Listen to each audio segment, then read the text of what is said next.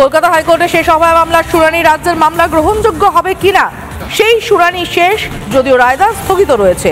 সঞ্জয় যাবজ্জীবনের নির্দেশকে চ্যালেঞ্জ করে হাইকোর্টের দ্বারস্থ হয় রাজ্য ও সিবিআই। সঞ্জয় রায়ের আইনজীবীর মধ্যে আবার বদল হয়ে গেল, নতুন আইনজীবী হলেন কৌশিক গুপ্ত। নির্দেশ চ্যালেঞ্জ করার অধিকার আছে সিবিআই এর, রাজ্যের চ্যালেঞ্জ করা নিয়ে প্রশ্ন রয়েছে বলেন বিচারপতি। অন্যদিকে অভয়ের পরিবারের আইনজীবী জানান, সঞ্জয়ের ফাঁসি চায় না অভয়ের পরিবার। কলকাতা হাইকোর্টে শেষ অভয়া মামলার শুনানি।